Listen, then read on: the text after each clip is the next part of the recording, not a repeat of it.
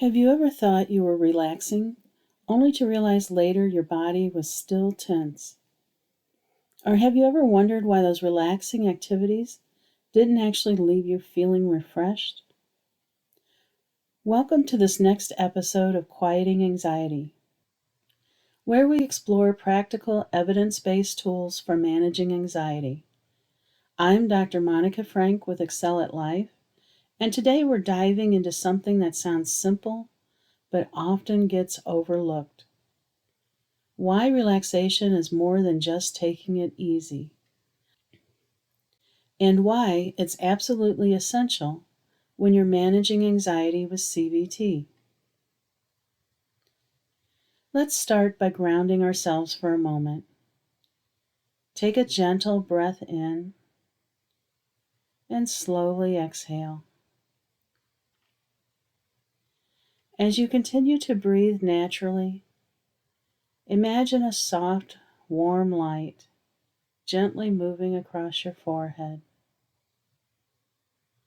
Allow that light to melt away the tension behind your eyes.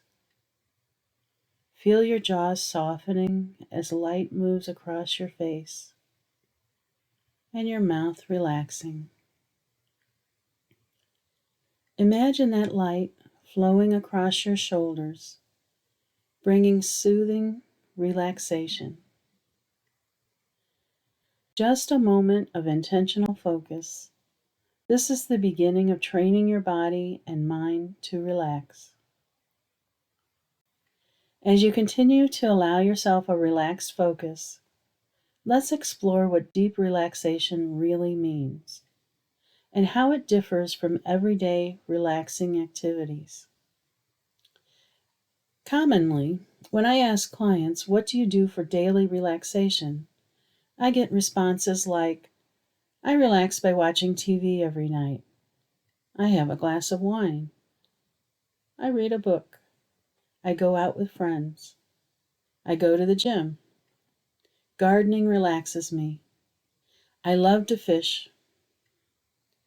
And while all of those are pleasant activities, and they can even have elements of relaxation or mindfulness, they're not the same as what I call deep meditative relaxation.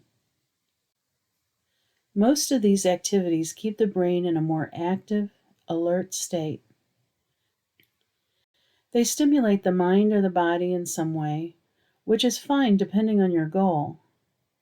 However, for anxiety management, you want to develop the ability to reduce the uncomfortable anxiety symptoms.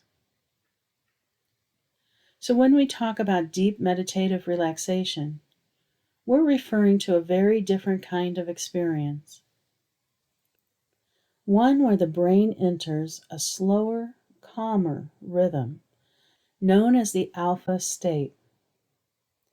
Think of brain activity as existing on a spectrum. At the high alert end, you have beta brainwaves.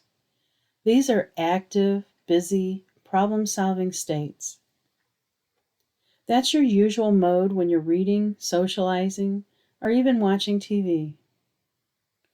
When you fall asleep, your brainwaves slow down into theta and delta states. But in between, there's alpha, a state associated with calm focus and meditative awareness.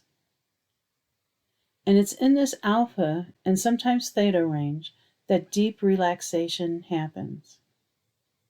Interestingly, many people rarely experience the alpha state because it requires certain types of skills that we will explore here. My goal is to teach you how to access that deep meditative relaxation state at will. Think of it as training for your nervous system. Just as athletes repeatedly practice specific movements until their muscles respond automatically, regular relaxation practice conditions your body and mind to shift naturally into a state of calm. Each session reinforces your ability to access relaxation more quickly and easily. Over time, your body learns that relaxation isn't something you have to force. It's a natural response that you can rely on when you need it most.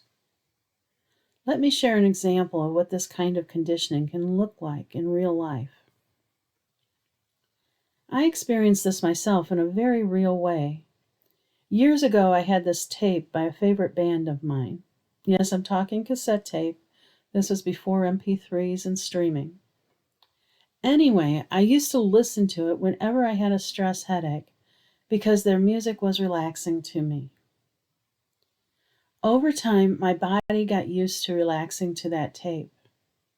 One day, years later, while driving and listening to the radio, I suddenly felt this incredible wave of calm wash over me without warning. Wondering why I suddenly felt so relaxed, I realized that one of the songs from that old tape was playing. My body had been so trained to associate that music with deep relaxation. Even though I wasn't thinking about the song, my body remembered. That's how conditioning works. It's kind of like Pavlov's dogs, where they were conditioned to respond to the sound of their meal being prepared or the ringing of a bell. The repeated pairing of a sound and a response creates an automatic reaction. That's the goal here. When you practice relaxation frequently, your body learns to respond more easily. It becomes second nature. That's the kind of conditioning we're after when we practice relaxation routinely. It's not just about relief in the moment. It's about training your nervous system to shift more easily into a state of calm. So let's talk about why this matters. Relaxation practice isn't just for anxiety relief. Many people only try relaxation exercises when they're already overwhelmed. But that's like trying to build a lifeboat during a storm. Relaxation is most effective when it's practiced regularly, especially when you're not anxious, because it teaches your body how to recover from stress more quickly. Just like you wouldn't expect to get fit from exercising only once in a while, you can't expect deep relaxation skills to develop without practice. In fact, deep meditative relaxation is a health practice that has many benefits. Even beyond anxiety, research shows that relaxation and mindfulness techniques offer health benefits across a wide range of conditions. Let's talk about some of those benefits. Regular relaxation reduces how reactive your body is to stress. You'll notice you bounce back quicker and feel more grounded, even when life gets hectic. These methods have been shown to reduce depressive symptoms and lower the risk of relapse for both depression and substance use. Meditative practices support physical health by lowering blood pressure, reducing pain sensitivity, and improving symptoms for chronic illnesses like IBS, fibromyalgia, or even menopausal symptoms. Practicing regularly can also boost brain function, helping with attention, decision making, and emotional regulation, all things that make daily life feel easier and more manageable. There's even some research suggesting that reducing stress through relaxation could help protect the parts of our DNA that affect aging. Pretty amazing, right? But here's the key. All these benefits require routine and ongoing practice.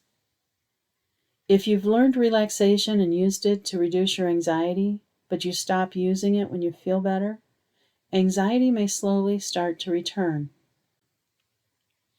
I often compare it to physical exercise. You don't stop exercising just because you're in shape. You maintain the routine to stay healthy. But what if you tried relaxation and it makes you more anxious?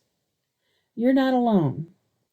A significant number of people with anxiety experience something called relaxation-induced anxiety. This means they actually feel more anxious when trying to relax. It can be due to focusing too hard on trying to relax, our discomfort with body sensations, our fear of losing control. If that happens to you, here's what I recommend. Start by not trying to force relaxation. Just let yourself go through the motions without expecting a certain outcome. You can also try shorter, more active relaxation practices at first, like stretching, yoga, my Qigong videos, or even walking mindfully. In addition, you could play a relaxation audio quietly in the background while doing something else, just to get used to it gradually. And if these methods still feel too uncomfortable, don't hesitate to reach out to a professional who can guide you through it. Remember, if your anxiety makes relaxation difficult, it usually means you need it even more, not less. Okay, now, let's discuss tasks for this week. First, try different relaxation audios from the Excel at Life library. You can find a wide variety of audios on the website or on this channel. Some you may like, some may not be for you. And that's okay. This is about experimenting and finding what can help you. When you are first learning deep relaxation, a common error is to try too hard to relax, which leads to increased tension rather than relaxation. So don't try to relax, but just listen to the exercise. Don't worry if your mind wanders. Just allow yourself to gently refocus on the exercise. Over time, the more you practice the exercises, the better you will be able to experience the deep relaxation. If you should find yourself becoming bored with the same exercise, try different ones or even create your own imagery. But try to commit to using some relaxation method daily, even if you're not feeling anxious. As I said earlier, you are training your body how to relax, and the best time to do that is when you are not anxious. Then, when you are anxious, the anxiety can have greater impact. Relaxation is a skill, and like any skill, it gets easier with practice. So let's start building that foundation together. Your reflection question today is, how much of a commitment will you make to practicing relaxation? Also, if you're just joining these episodes or skipped around, I encourage you to go back and listen to the earlier episodes. Each one is designed to build on the last, giving you a clear step-by-step path to managing anxiety more confidently. Let's finish the way we started, by reconnecting with that feeling of gentle calm. Take another slow breath in and exhale fully. Bring back the image of that warm light. This time, let it flow from your forehead, down your shoulders, across your arms, and into your hands. Let it linger, bringing a sense of peace and rest to your upper body. That feeling, that's what you're training into your system. Remember, each step you take, no matter how small, brings you closer to a life where anxiety doesn't control you, but instead guides you toward understanding yourself better. You've already made so much progress simply by being here and engaging with this material. You're on the right path. Above all, remember, you are capable, you are resilient, and each step forward is meaningful. Until next time, keep practicing, keep breathing, and keep moving forward.